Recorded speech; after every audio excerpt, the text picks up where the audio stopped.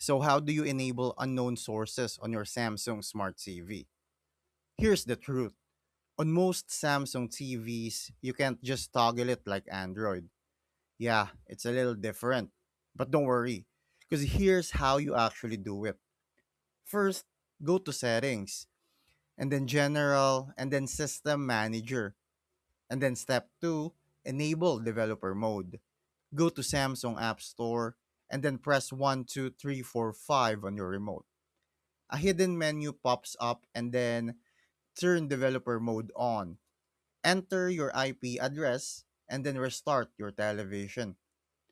Next step is to install external apps.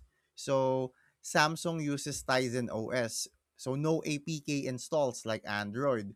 So instead, you'll install apps through USB or the developer mode syncing from your PC. So here's an important tip. There's no official unknown sources toggle like Android TV. Developer mode is the closest thing. So if your goal is just to use third-party apps, screen mirroring from your phone is way easier.